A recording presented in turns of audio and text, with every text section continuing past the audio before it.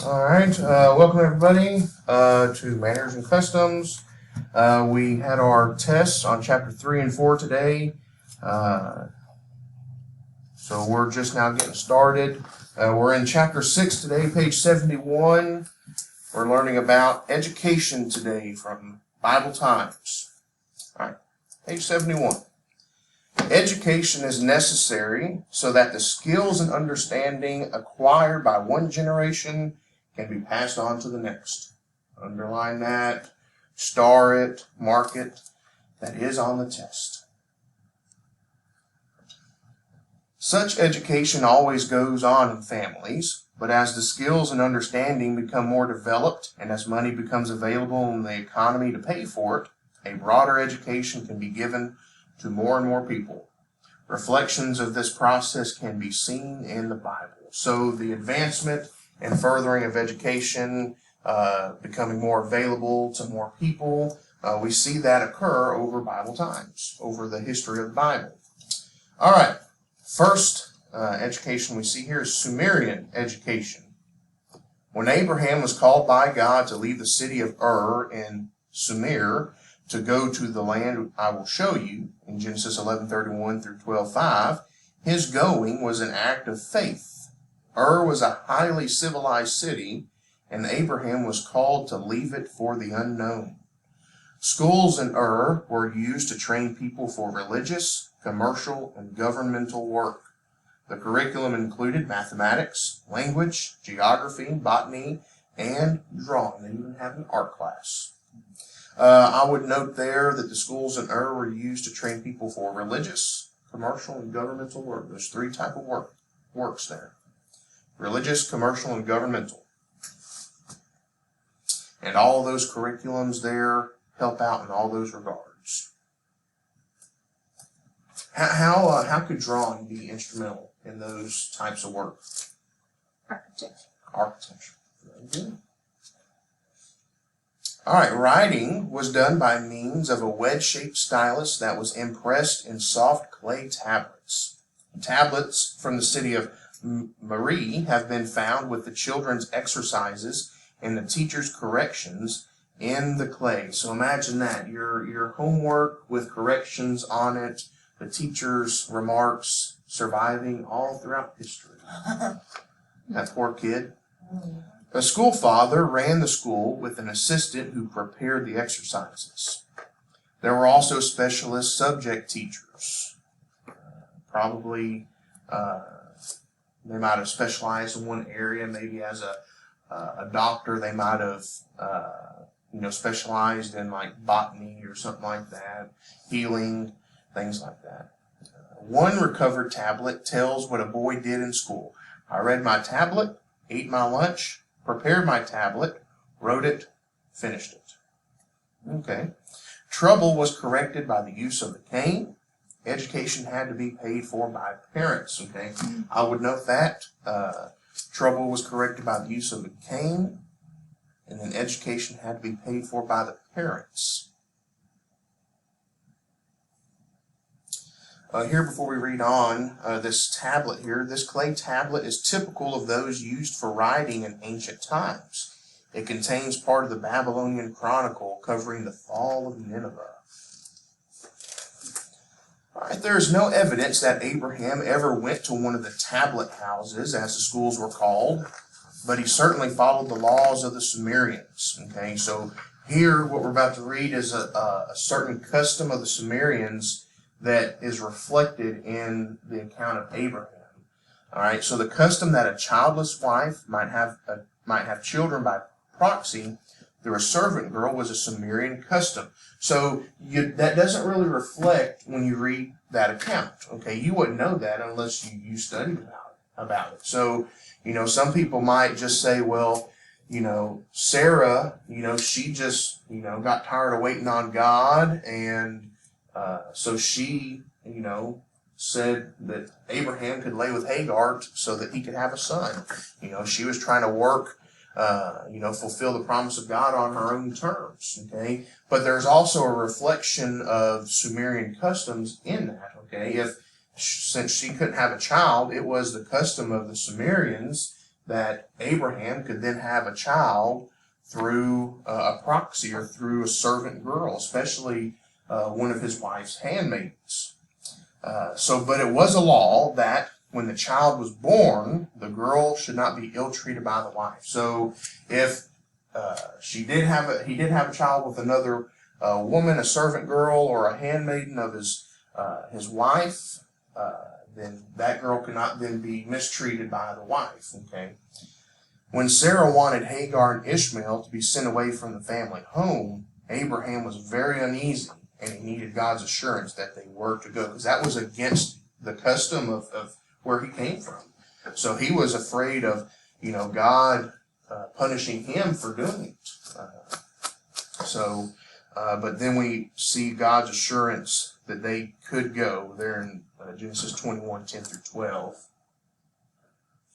Okay. One thing, I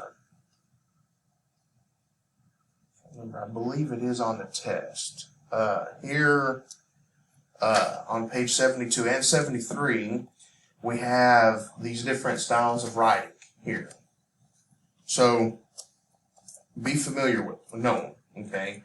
Because we see them used throughout all these periods, okay? So the first one is chiseling hieroglyphics into rock, okay? That's, the Ten Commandments were given upon tablets of stone, small tablets, In the movies, a lot of times they're pictured as these big, stone tablets, but more than likely they were something that was handheld. They did, chisel hieroglyphics into thinner, small handheld stones. It wasn't always something like what we see here. Writing, the second one is writing with a stylus on a board covered with wax. Okay, so they would cover the board with wax, and they would mark into it.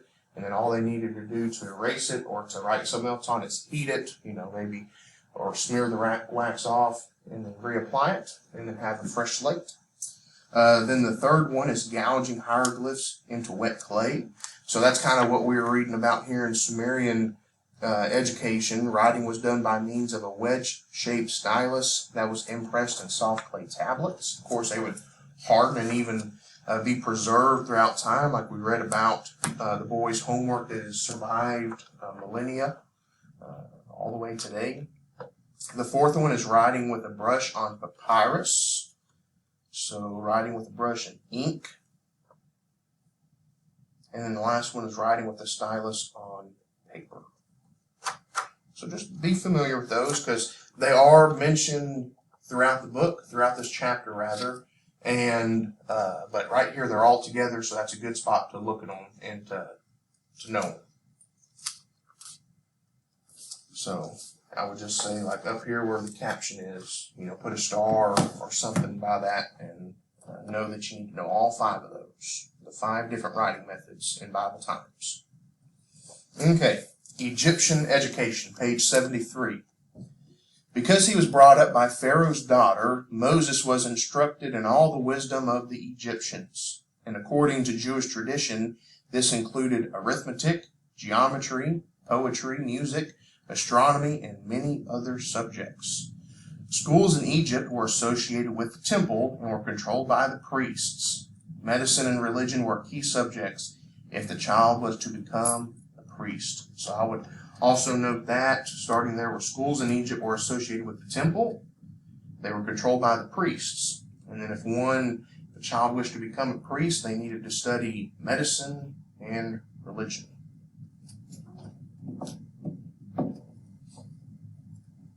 So Moses was very well studied. All right, Moses would have been brought up by the teacher of the king's children at the royal court and would have learned how to write Egyptian hieroglyphics with ink on papyrus. He most probably also learned the Canaanite script because Canaan was linked with Egypt at the time. Okay, the land of Canaan, which was the promised land, all right, was very much a nation or a kingdom at this time as well. So they were linked by trade. So very, very likely that Moses would have known the Canaanite language, or script, as it says there. When Moses was told to teach the law to the people, it was effected by repetition and example, public reading, and the use of song writing. So I would note that, okay, because when right there where it says Moses was told to teach the law to the people by repetition and example, public reading, and songwriting or singing, okay, that's not uncommon today. Okay, when kids learn their ABCs, it's to a tune. Okay, and they do it over and over and over and over again. Okay, they read aloud. Okay, reading aloud helps you to learn how to speak, to pronounce correctly. So it was very, very important. Also, when you have a people that are going to become a nation, for them to learn the laws that God had given them. Okay, so that would have been accomplished by them reading aloud. Repetition. Repetition is key when you're learning something. Like when y'all do your memory verses for evangelism. Okay, doing those over and over again. And as you learn new ones, it's good to keep the old ones, keep them fresh as well. Okay, on page 74, since it was common in Egypt to sing lessons, this probably reflects the way that Moses was taught. It may be important to note that God called Moses to leadership from a strong educational background, just as Paul was called centuries later to lead the church. Yeah, that is a good parallel there. Strong educational background. Yeah, I always like what Adrian Rogers says about Paul. He had the equivalent of a triple PhD, 3 doctorates in Jewish law, tradition, scriptures, okay, in Roman philosophy, and he had learned under some of probably the wisest, I say wise, in worldly speaking, philosophers of the day. And then, of course, as a Christian, he gave us over half of the New Testament. So he was learned, highly educated in all 3 of those areas. All right, any questions or comments so far? All right, we passed over a couple things on the last couple pages. On 72, 2 learned Jews studied Hebrew scripture written on a parchment scroll. Okay, that's how they would write the Torah out, the writings out, or the writings of the Tanakh on scrolls like that. 2 waxed boards hinged together for convenience. Okay. All right, sweeter than honey. I always like this one. When a boy first went to school in New Testament time, this is the green box on 73, he went down to the synagogue while it was still dark to listen to the story of how Moses received the law. Then he was taken to the teacher's house for breakfast, where he received cakes with the letters of the law written on them. In school, the boy received a slate with passages from the scriptures written on it. The slate was smeared with honey. He had to trace the letters through the honey with his pen, and it was natural to lick the nib of the pen as he proceeded.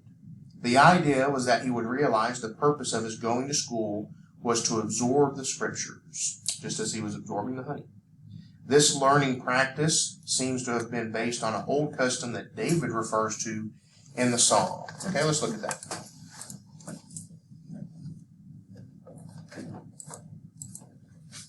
Psalm 19, verse 9 and 10.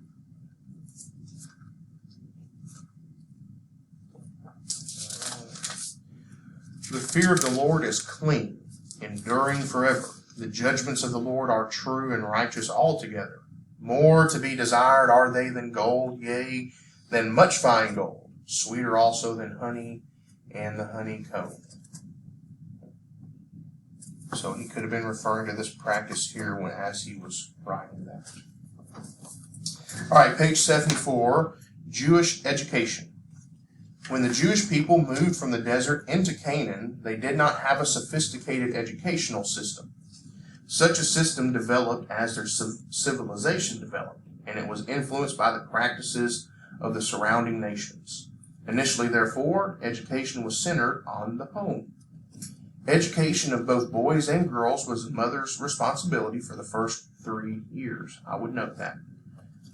Education of both the boys and the girls was the mother's responsibility for the first, how many years? 3. And then it says there in parentheses, probably until weaning took place. She taught the girls their domestic duties throughout their childhood.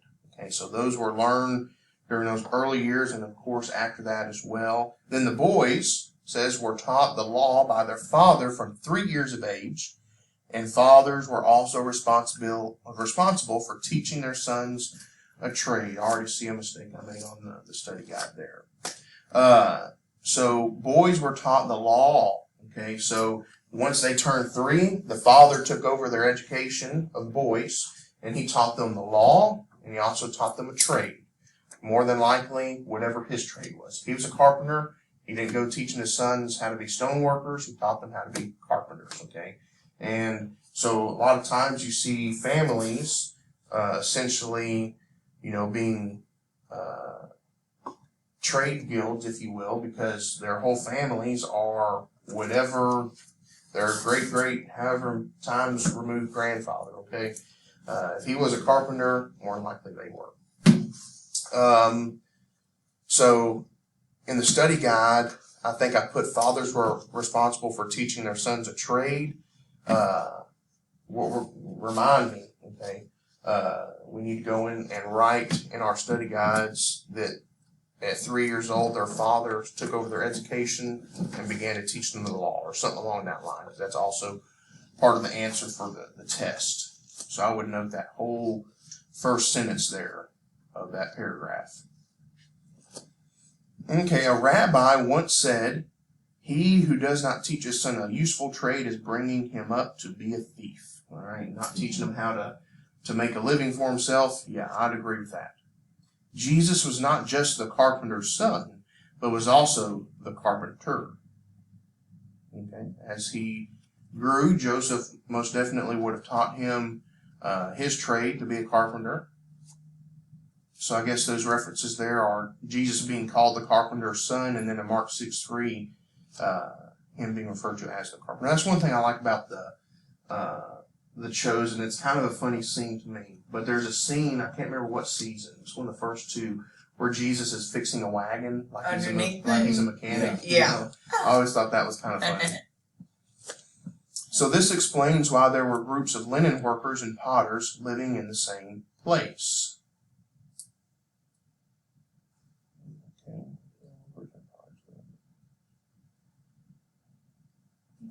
Let's read this next sentence, and we might come back to that. Girls were able to take on professional jobs such as midwifery and singing. That's not on the test, but I might remember it if I were you. It may be on the test, but it might not be a question that counts. I would have no job. I cannot sing, and I have a weak stomach. I wonder what that means, singing. Like, how would you? We'll look at the reference here. Uh-huh. All right, but first I want to look at this. Explains why there were groups of linen workers and potters living in the same place. I want to look at that because I have no idea what it's talking about there. First Chronicles chapter 4, verses 21 through 23.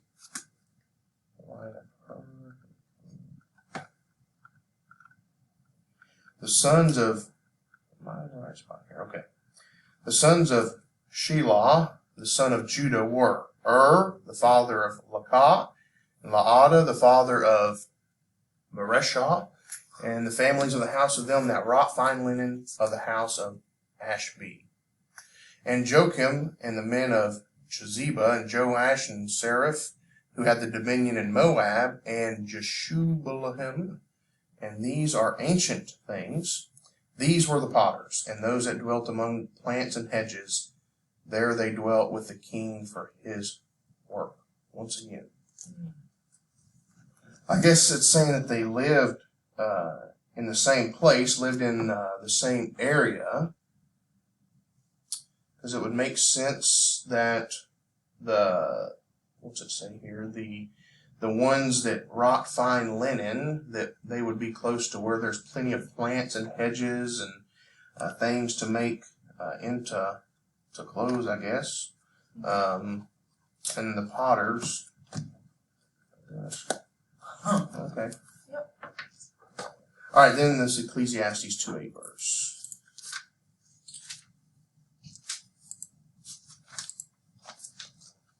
Ecclesiastes 2 verse 8. I gathered me also silver and gold and the peculiar treasure of kings and of the provinces. I gat me men singers and women singers, and the delights of the sons of men as musical instruments, and that of all sorts. Okay. I gat me men singers. All right, and women singers. So I guess it was a profession. All right. Education was basically a religious education, enabling children to understand the nature of God through what he had done and what he required in the law. I would note that. Education was basically a religious education, enabling children to understand the nature of God through what he had done and what he required in the law. Deuteronomy chapter 6 is a key passage. The words of the Shema, or Creed, they read, "Hear, O Israel, the Lord our God. The Lord is one. Love the Lord your God with all your heart, and with all your soul, and with all your strength." This Shema were to be taught. The words of the Shema were to be talked about, used in worship to declare symbolically that they were part of mind and action, and used as a reminder every time the house was entered or left. All right, so this is something that they probably could have recited in their sleep. The Shema here, and possibly the whole text there. Look at that real quick.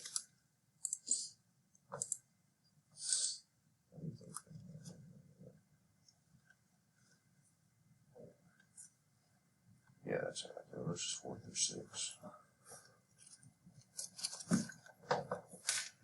Or the idea there, yeah. And these words which I command thee this day shall be in thine heart, and thou shalt teach them diligently unto thy children, and shalt talk of them when thou sittest in thine house, and when thou walkest by the way, and when thou liest down, and when thou risest up. And thou shalt bind them for a sign upon thy hand, and they shall be as frontlets between thine eyes, and thou shalt write them upon the post of thy house, and on thy gates. And it shall be, when the Lord thy God shall have brought thee into the land which he sware unto thy fathers, to Abraham, Isaac, and Jacob, to give thee great and goodly cities, which thou buildest not, yada, yada, yada. Thou shalt fear the Lord thy God, serve him, and shalt swear by his name. You shall not go after other gods. Okay, so I think this is before the second giving of the law here, if I'm not mistaken, before they go into the promised land. So he's saying that he says there, "And these words which I command thee this day shall be in thine heart." All right, so he is charging them to keep the law. He says, on thy wrist and in between thy eyes. All right, they're on that page. I thought it was somewhere here. And maybe in the picture I saw while I was studying. But they have like the little boxes, the mezuzahs, I think is what they're called, on their foreheads and on their wrists, and they contain the scripture, the law. So it's always there as a reminder, right, to them. Okay.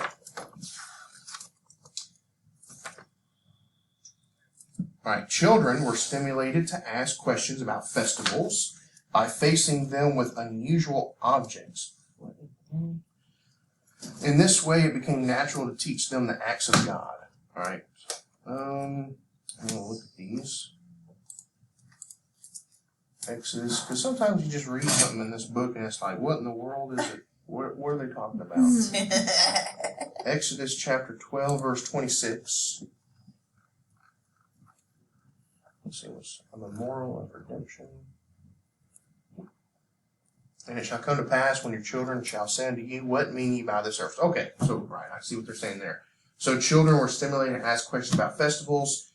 All right, they were encouraged to ask why they were observing the festivals, why they were doing certain sacrifices. Okay, because sometimes even today in church, we go about things, kids, they take part in it, but they have no idea why they're doing it. Okay, so, instead of them remaining, unlearned or ignorant, they're encouraged to ask questions.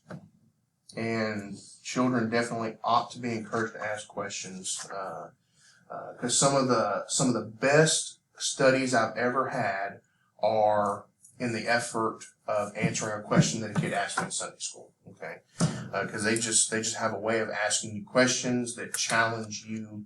Now sometimes they ask questions. I saw this on Facebook, and then I also heard it at a preaching meeting last week. That there are no secrets in children's Sunday school class. If you ask for prayer requests, all the family secrets are going to come out. Kids are they're going to talk, but they just have a way of keeping you on your toes. But especially the preacher kids and the deacons kids, and they'll challenge you because they know a lot of times what you're talking about, and if you say something wrong and they know it's wrong, that's not what the Bible says. And now sometimes it'll be the line, that's not what my daddy says. I'm like, well,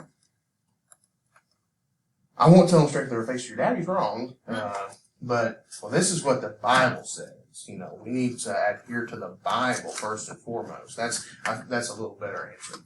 But anyway, children should be encouraged to ask questions by facing them with unusual objects. Now I want to look at that too. Exodus 13, 14 and 15. Consecration of the firstborn. Okay, so this is about circumcision. 14 through 15. And it shall be when thy son asketh thee in time to come, saying, what is this? That thou shalt say unto him, by strength of hand the Lord brought us out from Egypt, from the house of bondage. And it came to pass when Pharaoh would hardly let us go, that the Lord slew all the firstborn in the land of Egypt, both the firstborn of man and the firstborn of beast. Therefore I sacrifice to the Lord all that openeth the matrix, being males, but all of the firstborn of my children I redeem. Unusual objects.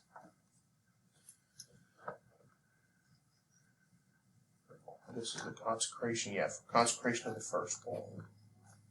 Firstborns were very important. Joshua chapter 4, verse 6, I'll look at that one too.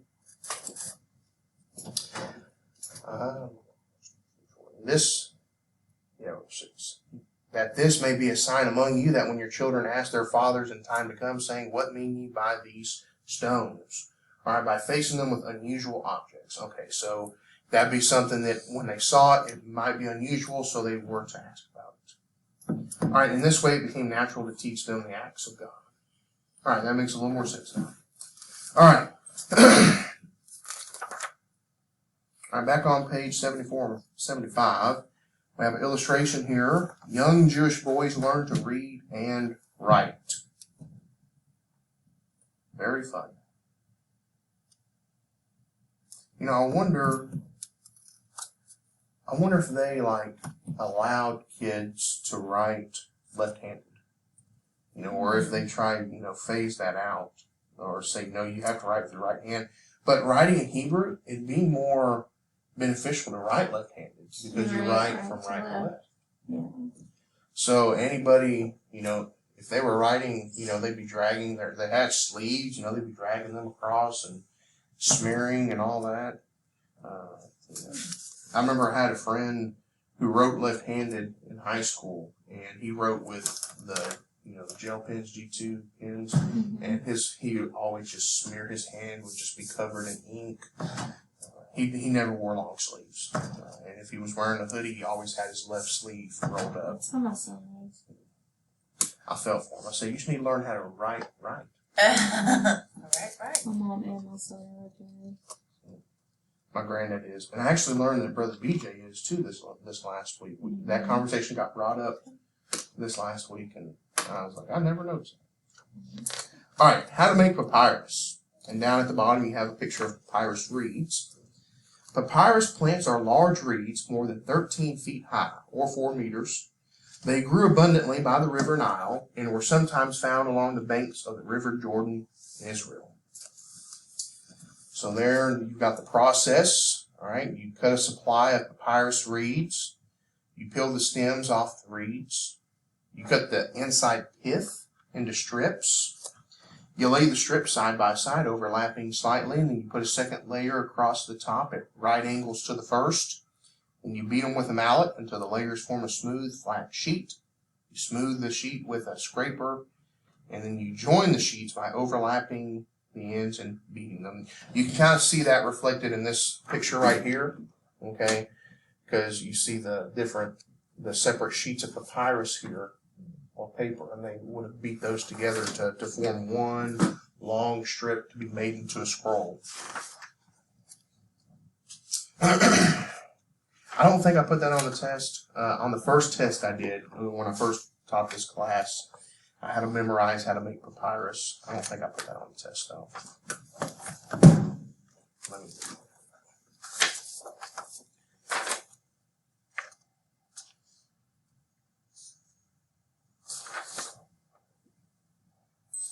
No, I did not.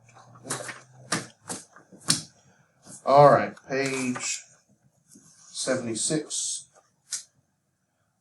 A sacred shrine began to be a part of the lives as sacred shrines began to be a part of the lives of the Jewish people, the personnel who worked there probably began to provide some kind of formal education.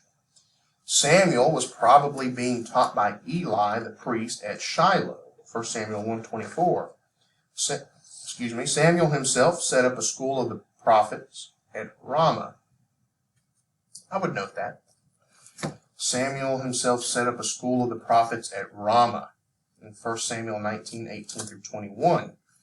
Will probably also be reflected when we start looking at geography.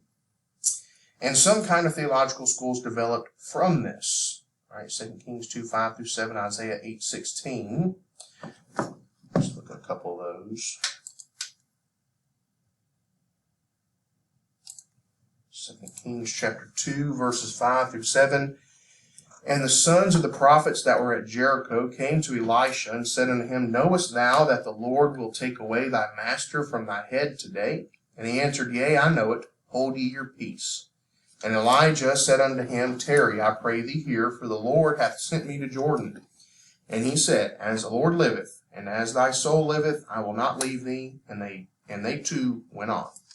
And 50 men of the sons of the prophets went and stood to view afar off, and they too stood by Jordan. Okay.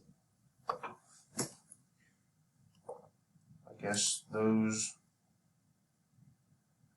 would have studied under Elijah, I guess, is what they're hinting at here. All right, then Isaiah chapter 8, verse 16. Isaiah 8:16.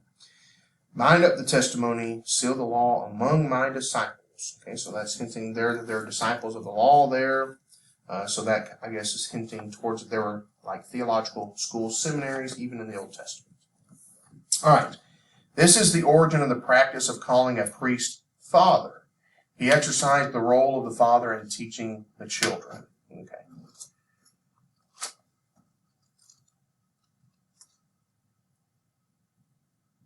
Nothing. All right.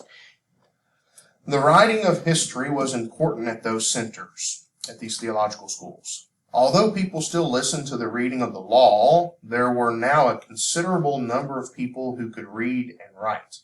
Judges 8:14 tells how a young man was able to write a list of names for Gideon. When Hezekiah had a water tunnel built under the city of Jerusalem, the workmen involved were able to write an inscription on the wall at the place where the tunnelers met. Writing was often done in ink on broken pieces of pottery, or ostraka. Pens were made of hard cane, sharpened to a point. The ink that was used was made from soot, resin, olive oil, and water.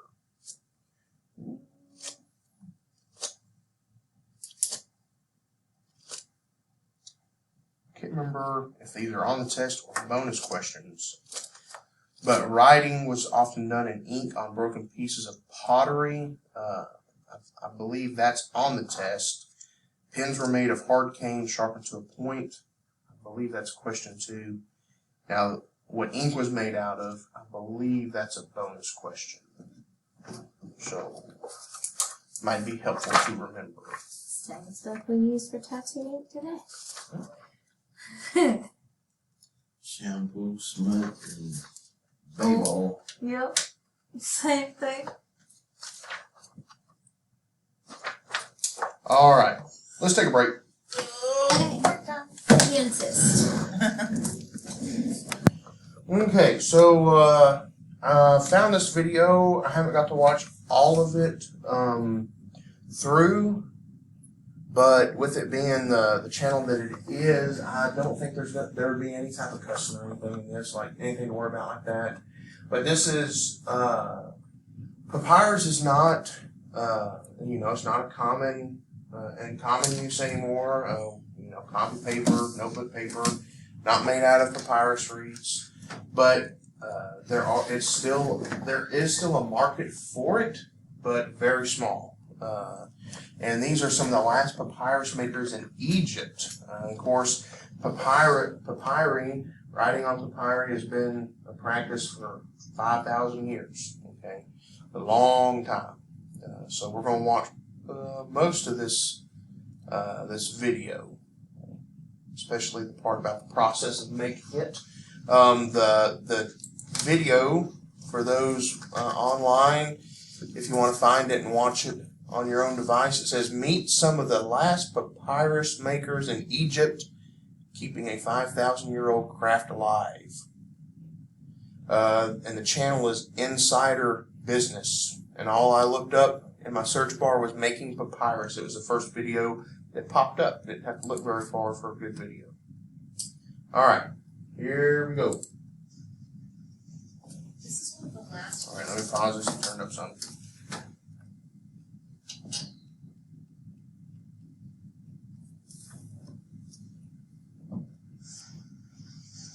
This is one of the last places in the world that makes papyrus paper.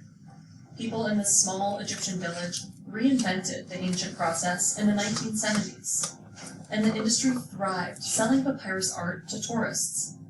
But today, there's little demand for the paper, and the plant is nearly extinct in Egypt. Those that remain are determined to carry on this piece of Egypt's history. We visited El Karamus to see how the ancient craft is still standing. Ataf Mohammed Shahaita spends about 2 hours harvesting papyrus by hand from the single acre he owns. It takes a year for a papyrus seedling to grow to this size. After it's cut down, it grows back in 1 or 2 months. At one point, the village's land was filled with the plant. But today, there are only 10 acres left. Ataf carries the plant about a mile to his workshop, where he employs 7 people.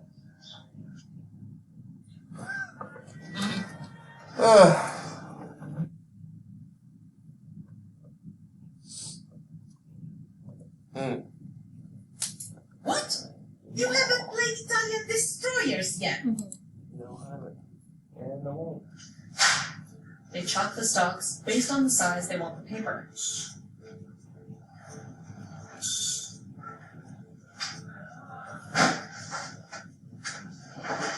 Then, workers spend the entire day cutting the papyrus into thin strips using a fishing line. This method is more efficient than the ancient process. كان عشان يشرحوا بالسكينه احنا عندنا فتره خيط بلاستيك. But it's still exhausting. مسكة الخيط كده ومسكة العود يعني مش سهلة، مش أي حد يعرف يعملها. The strips soak in hot water mixed with potassium hydrate for a couple days. The chemicals speed up the fermentation process. نشارة كبيرة. عندنا التخمير كان زمان هم بيخمروا دبتي أسبوع واثنين احنا بنقعد نخمر يوم واثنين. Then they rinse the strips with water and chlorine to lighten the color. اللون الورق كانت غامقة عندهم احنا عندنا صنعنا اللون بالكرول. عاد عندنا كرول بيدينا اللون الفاتح والغامق. نتحكم فيه يعني. Workers lay out the wet papyrus strip by strip. Each sheet of paper has 2 layers, one vertical and one horizontal, to strengthen it. Then the stack goes into the compressor to dry. Okay, so they've streamlined the process and, made it easy on themselves. Okay, but in our book, it shows them using mallets to do this. Each sheet, they would mallet to make one sheet. They probably got, I don't know, maybe 50 or so sheets of papyrus right there. But there there is a method like this that they would have done in ancient times, but they wouldn't have had, the press wasn't invented yet. They might mention that. كان زمان أيام الفراعنة كان يجوا يكبسوا الورق بقى يجيبوا حجارة. In the time of the pharaohs, they used to press the paper with stones. We now use presses. شو يعني حضرنا مكابس. After that, the sheets are sandwiched between pieces of cardboard to soak up any leftover moisture. 100% كده الورقة نشفت اهي. كده خلصت على الغيار كده تمام. نحطه في كيس ونعد الورق نلاقيه مثلا واحد عايز مثلا 500,000 ورقة بنديها له. Atef sells the paper to artists across the village, including Saeed Tarahan. He started out farming the plant, and today he works as an artist. تعالى وخدك شوف شتلة وخدك صغيرة وخدك مزروعة شفتها وخدك بدأت تكبر والموضوع بدأ يعني ايه نكبر معاه. أكبر فترة من عمري وأنا بمارسها بقت جزء مني. But since the COVID-19 pandemic put a halt on tourism, he struggled to find a market. He had to close down his shop and lay off his workers just a couple of weeks ago. Now he works out of his home. المفروض واخد ده شكل أنوث موجود على خزنة توت عنخ آمون. هذه اسمه موجود وأنوث واخد على خزنة ده مقطع منه. المفروض إن صندوق المجوهرات بتاعه وده واخد بالك. هنبدأ واخد بالك من مساحات ونعمل شكله اللي موجود في الأصل يعني. All of Saeed's paintings include ancient Egyptian motifs to pay homage to papyrus's origin. كان ليها عند الفراعنه واخد بالك تاريخ وليها قيمه احنا حاسين وعشان كده واخد بالك يعني لان دي قصه وتاريخ فاحنا محتفظين واخد بالك بالكلام ده وعارفين التاريخ. Egyptians invented papyrus paper at least 5,000 years ago, replacing clay tablets and revolutionizing the written word. They used it for things like marriage contracts and shopping lists. They also turned the plant into a weaving material for sandals and baskets. Cheaper paper made from wood pulp or plant fibers eventually replaced papyrus paper, and the plant became nearly extinct in Egypt by the early 1800s, until an art professor and an engineer brought back seeds from other African countries in the 1970s. They set up plantations and workshops in El Karamus, and papyrus became the center of the local economy. الورق البردي اللي نزل قاموس احنا اشتغلناه فيه كان احنا بنزرع عروضينا قمح الجبنه هو افضل من زرع القمح يعني بيكسب. Almost everyone in the village was involved with processing raw materials or making artwork to sell to tourists. Saeed got into papyrus because his cousin was the art professor who helped revive it. He remembers it as a turning point for the village. هذه أي زراعة جديدة لكن أثرت فينا يعني اقتصاديا المردود والعائد الاقتصادي والثقافي والاجتماعي لا غيرتنا. Okay, we'll stop there. Mainly just wanted to look at the process of making it. But there definitely some difference there in how they would have done it then. Of course, how they're doing it now. Of course, that's the case with everything with the advancement of technology. And as time goes on, things change. Things can get can get streamlined rather. One thing that interested me the most, though, in regards to the differences, was they were using monofilament fishing line to split the pith there instead of to cut the inside into strips. I thought that was pretty interesting. All right. Page 76. Assyrian and Babylonian influences.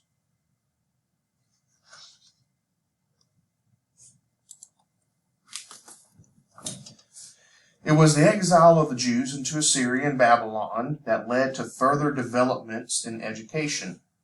When they returned and their land became part of the Greek Empire, there were still further developments. All right, that's the case with everything. As time goes on, developments happen all across the board. Education, medicine, well, I guess that kind of rolls in with education. I'm trying to think of an example here. Here's a good one. When we look at the Vikings, when it came to warfare, you mostly saw them using axes. The swords that they did use were very weak, right? Often broke. But then you see an example of one of the Ulfberht swords, which is like this would have been like the sword of like a king or a jarl, someone that had a lot of authority, a lot of power. Would have been a leader among the people. They've actually found examples of folded steel in some of these swords. Now, what I mean by that, folded steel, like Damascus steel, which was invented in Japan. That's where it started. It's the only place you really see it, except in these swords in where the Vikings lived, Norway, maybe even parts of the UK as well. They invaded there, lived there for times. Scandinavia, which people are like, how in the world did it get there? And there were trade routes, through Europe that went from Japan to that area, and that's how it would have gotten there. That's a technology, something that would not have ever, that had been around for hundreds, if not 1,000 years. But only, as time went on, trade routes grew longer and stretched further. You see, just as time went on, and that technology ended up there, although it didn't. The Smiths in that area and where the Vikings lived, never learned how to do that. That very much was a skill that was kept very secret by Japanese blacksmiths. But that's an example of how technology spreads just over time. Although, like I said, it didn't spread worldwide. It was just an example of one, piece of Damascus steel making it that far. All right. When they returned, their land became part of the Greek Empire. There were still further developments. The Assyrian kings collected thousands of clay tablets into a library at Nineveh. They contain every kind of knowledge, ranging from botany, geometry, chemistry, astronomy, medicine, arithmetic, law, religion, and give an indication of how far the Assyrian education system had developed. All right, so knowledge was a very important thing. It says they collected thousands of clay tablets into a library in Nineveh. Would have been clay tablets from all around their kingdom, the people that they had conquered. And so they were always, a new knowledge or a new skill or something like that, they would have recorded and put into the library so it wouldn't be lost. Daniel chapter 1 tells how members of the Israelite hierarchy were educated in the Babylonian court. They were to learn the language for 3 years and then undertake an oral examination set by the king. In order to preserve their identity as a nation, it was necessary for the Jews in exile to become fully familiar with their own law. Okay, they had been carried away from their homeland. All right, a lot of people have been put to death, but in order for them to remain familiar with their own law, they had to, it says their priestly and prophetic teachers seem to have taken this education in hand, and it continued when the Jews returned to their own land. So there were those that knew it, those that were of the priestly lineage that would have been very familiar with it, those that were teachers, prophetic teachers there. It would have been up to them to preserve the knowledge of their people, the law of the Lord. All right, the scribes. When they returned, Ezra, a priest and a scribe, an interpreter of the law. All right, so a scribe is an interpreter of the law, had a commission from the Persian emperor to teach the Jewish people the law. Ain't that something? The Persian emperor, the leader of your enemy, is instructing you to teach your people the law of the Lord. Everyone who returned stood to listen to the law all one morning. Everyone who returned stood to listen to the law all one morning. Okay. The teachers then moved among the crowd, explaining it to them. As a result, the scribes became important in the community as teachers of the law. A scribe also wrote letters for people and could be recognized by the ink pot that was stuck into his belt. So, how'd you know a person was a scribe? Ink pot and belt. Ink pot and belt. Very good. I'd underline that. These men were looked upon like the earlier prophets and were called men of the great synagogue. Because that's kind of when you see the synagogue come into existence, is during the exile. All right.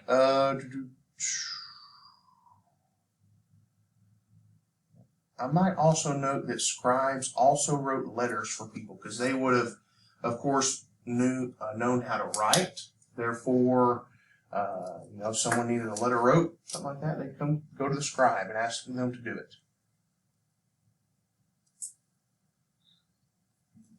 All right, let's look at this text in Numbers. Well,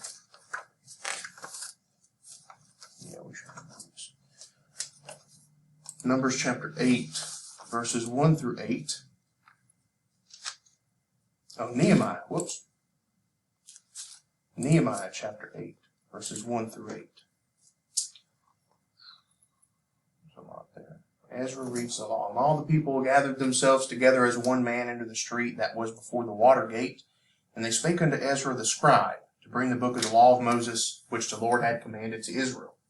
And Ezra the priest brought the law before the congregation, both of men and women, and all that could hear with understanding upon the first day of the 7th month. And he read therein before the street that was before the water gate from the morning until midday, before the men and the women, and those that could understand. And the ears of all the people were attentive unto the book of the law. Stood upon a pulpit of wood, which they had made for the purpose, and beside him stood Mattithiah and Shema and Ananiah and Urijah and Hilkiah and Maaseiah on his right hand, and on his left hand those fellows there. And Ezra opened the book in the sight of all the people, for he was above all the people, because he was standing on a pulpit of wood. And when he opened it, all the people stood up. So that's, when preachers will, they'll ask, if you would like to stand for the reading of God's word. That's where that practice comes from there. And Ezra blessed the Lord, the great God. And all the people answered, Amen, Amen, with lifting up their hands. And they bowed their heads and worshiped the Lord with their faces to the ground. And then all these fellows here, and all the Levites, caused the people to understand the law, and the people stood in their place. So those are the ones that went out among the crowd and helped the people to understand what had been proclaimed. So they read the book and the law of God distinctly, and gave the sense, and caused them to understand the reading. So what was read from the book of the law of God, the specific parts, those went out and explained it to them, helped them to understand it. Now, we're going to look, I can't remember what, I think it's in religion maybe, the last chapter of the book. We're going to learn about the scribes a little more, okay? Wherever the scribes, they kind of, I said were adopted by the Pharisees. That's not really, I guess, a good term to use. But the Pharisees, all right, they were the ones who made rulings on the law of God, okay? And then the scribes would go, kind of like what we see here, and the rulings that the Pharisees had made, they would go and carry it to the people, share with them what the Pharisees had declared about the law of the Lord or the Word of God. But, of course, at that time, there were hundreds of more laws that the Jews had added to the Word of God. There were a whole bunch of other supplementary laws, like what we talked about, I think in dwellings, when it talks about there couldn't be stables below a living place. That was in the supplementary clause. I believe that's correct. Okay. The synagogue itself seems to have come into being during the exile as people gathered together. Literally, they synagogue, that's the word. They did that to learn the Torah and other sacred writings.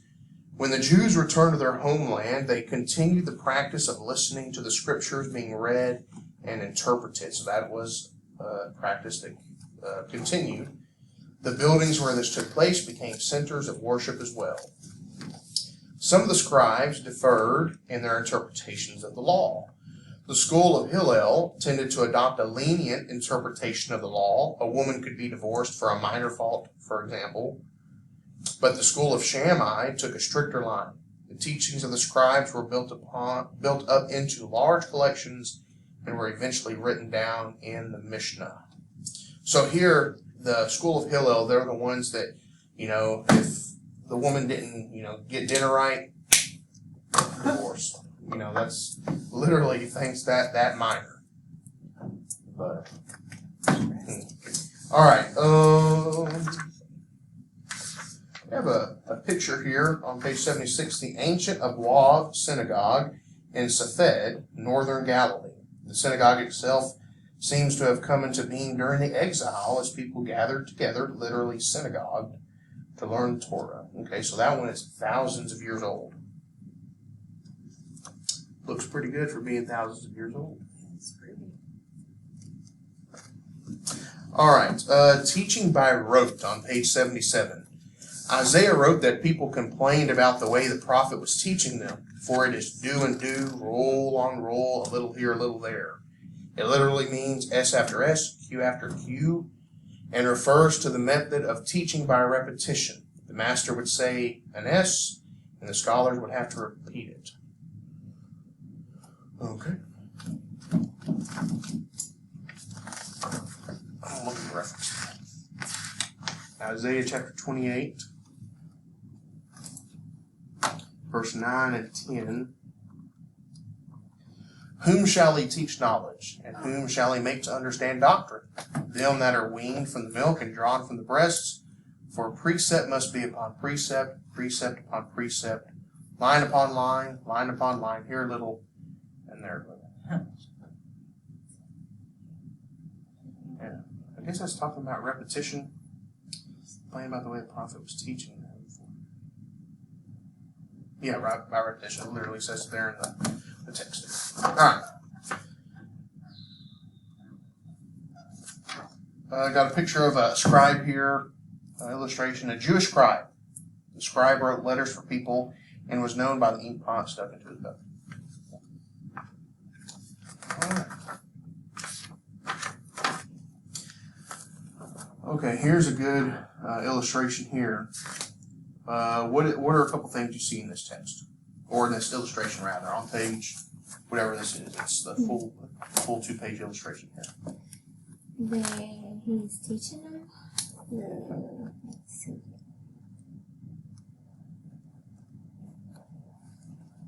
I remember the first time I read through this book and got to this page, I was drawn back to the beginning of the book where it talks about how education was enforced, by the use of the cane or something along that line. Mm-hmm. That's the first thing I noticed. Is like, it might be because he's old, but it might also be there for disciplinary reasons. Yeah. Tap, tap. All right. Anything y'all notice? There's lots of scrolls. Lots of scrolls. Yeah. What do you notice about the students? They're all boys. Okay, they're all boys. Looks like they're in order in age. Okay, possibly, but age, there's a big difference between them. The little one, the big ones. What do you notice about their mouths? They're open, so Okay. they're probably Together. repeating it. Repetition. Or maybe singing, who knows. But they're speaking together. So a lot of times the teacher would read a text from the Torah or the Tanakh, and then the students would repeat it. and then they might have discussion on it after repeating it many more times. Remember, repetition was key. All right, the last couple pages here. Page 80, Greek culture. It was not long before the returned exiles came under the influence of Greek thought and culture under the alternate rule of their country by the Seleucids in Syria and the Egyptians. Okay, I think between the time of the exile and, or when they returned and when they were taken over by the Greeks, there were kind of an alternate, like the Egyptians would come in and, they might, kind of have sway over them for a while. Then the Seleucids, which were from Syria. So it seems like, they were never really, in a sense, I guess, able to fend for themselves, to be set up rule there. The wealthy and priestly families accepted the culture, using Greek language and literature and even allowing Greek games in Jerusalem. Like the Greeks, they rejected traditional beliefs in angels, resurrection, and the providence of God, and they became known as Hellenists. All right, so which families accepted Greek culture? Well, The wealthy and priestly families. Why do you think that was?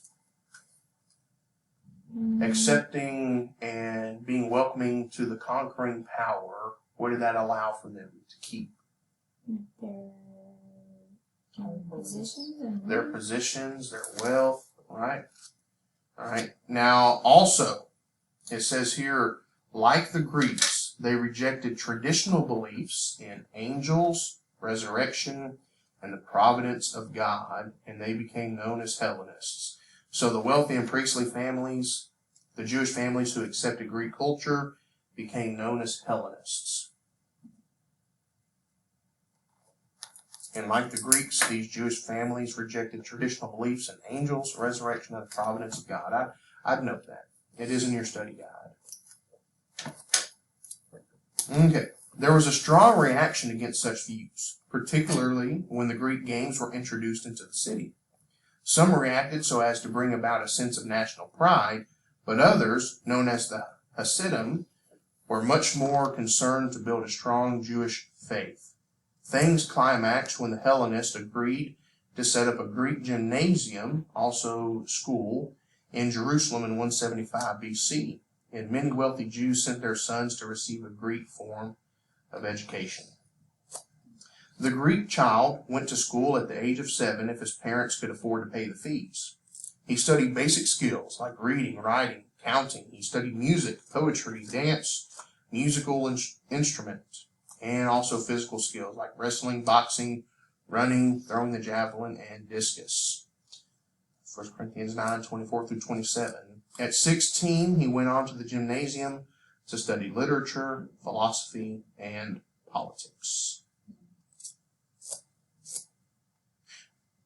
It's definitely some differences, but a lot of similarities and parallels to modern education. It's kind of the course that it's kept. All right, interested adults who lived locally were invited to the classes for discussion. Outstanding teachers set up their own schools in the city of Athens, and those who wished to do so went to the city to learn from them. This was under the general supervision of an education committee called the Areopagus. Paul used the Athenian system, setting up his own school in the city in Acts 17, 16 through 34. He therefore had to give an account of himself to the Areopagus. So if you were going to do so, like set up a school or an area where you would teach, you had to go before the Areopagus and give an account of yourself. And that's what he's doing there in Acts 17:22. In Ephesus, he used the lecture hall of a teacher called Tyrannus as a preaching base in Acts 19:9 through 10. Okay. All right, then the Pharisees. The Seleucid king responsible for the Greek school in Jerusalem was defeated in battle in 164 BC. The Hasidim, or Pharisees, as they were beginning to be called, led by Simeon ben Shattah, insisted that from From that time, all Jewish boys should attend the house of the book to get a Jewish education. It was to be led by a teacher who was paid for by the synagogue. All right, and now note this next sentence. Teachers had to be married men of good character. Teachers in the house of the book, the synagogues, or not the synagogues, the learning centers. It would more likely been the synagogue. Teachers there had to be married men of good character. Higher education was available at a house of study. Such a school was attached to the Jerusalem temple, and it was here that Jesus was found when 12 years old. Jesus would have gone to a house of the book at Nazareth when he was about 6 years old, sitting as part of a semicircle on the floor facing the teacher. So you can just picture Jesus as one of those boys there. He would have went to the school of the book, and he would have been there to learn about himself. Probably not learning anything he didn't already know. Much of the teaching was done by repetition and the memorizing. Okay, let me start over there. Much of the teaching was done by repetition, and the memorizing led to the common practice of reading aloud. Writing was done in wax on a wooden tablet or even on the ground. I would note that because that's specific to education in the synagogue or the house of the book. Writing was done in wax on a wooden tablet or even on the ground. Now, does that reflect in Jesus' ministry? More specifically, the second style of writing. Okay, was there not a time that he himself wrote on the ground? Yeah. So that's something that would have been familiar to all Jewish boys. It would have been something that was probably practiced at home as well.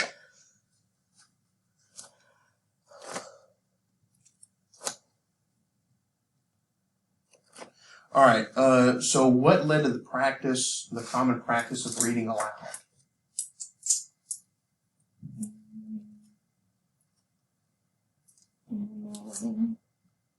Okay. Repetition and the memorization. So the fact that teaching was done by repetition, repeating what the teacher was saying, and then therefore memorizing it, led to the practice of reading aloud, also reflected back here on this illustration. All right. The only textbook was the Tanakh, the law, prophets, and writings that became the Christian Old Testament. So that is on the test. All right. The Tanakh was the only textbook in the synagogue. That's the Old Testament. Yeah. It's not. I think it's the Greek words where they get that word from is I think the Torah, which is the book of Moses, the Nephibim, which is I think maybe history or the writings of the prophets, and the other one's the Ketubim, and then Tanakh is just a combination of the first parts of those words, kind of. All right. The traditional law was taught from the age of 10 to the age of 15, and Jewish law beyond that. I guess traditional law would have been law from the scriptures, and the Jewish law would have been all the supplementary stuff that they had added. The brightest of the boys, such as Paul, could go to Jerusalem to one of the law schools. All right. Do y'all remember the name of the priest or the teacher of the law that Paul studied under?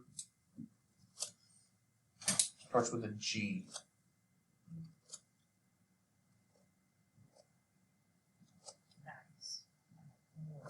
Gamaliel of the school of Gamaliel is who he studied under. The brightest. They would sit at the feet of the great teachers when they attended meetings of the Sanhedrin, the ruling council of the Jews. Not until AD 65 was school made compulsory for all boys. The high priest Gamaliel ordered that boys 6 years old and above in every town should attend school too many boys had been engaging in truancy under the voluntary system. Yeah, imagine that.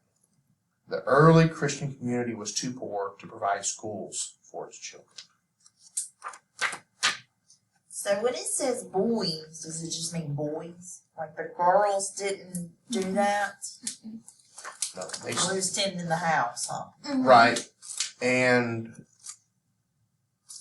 the mother, of course, would have been teaching them, the mothers pretty much educated the daughters, taught them how to raise a house, how to raise a household, because the goal for the girls was to get them married off. Okay. Women typically didn't read or write.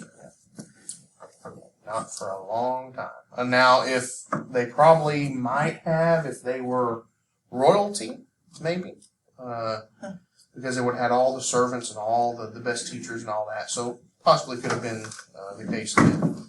All right. Let's see here. Your study guides for chapter 6.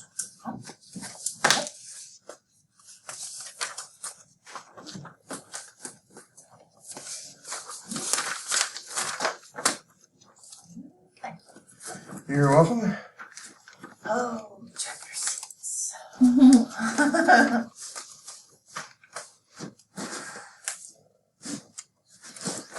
I don't think chapter 6. I can't remember if it's a long test. I know it was long before I went back over it. Let me just run through it.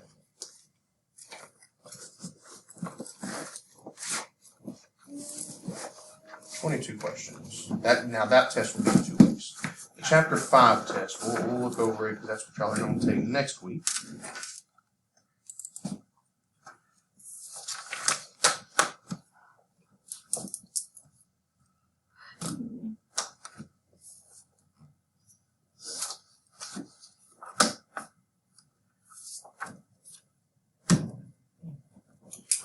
Chapter 5. We will wait for Brother Anthony to come back.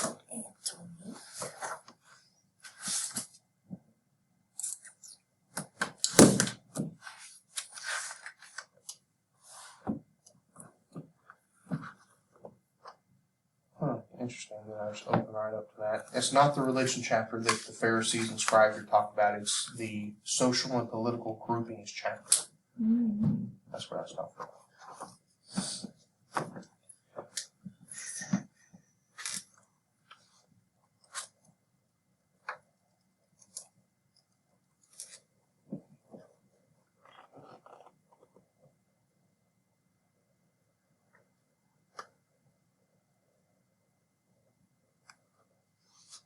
I didn't even look at the pictures on them.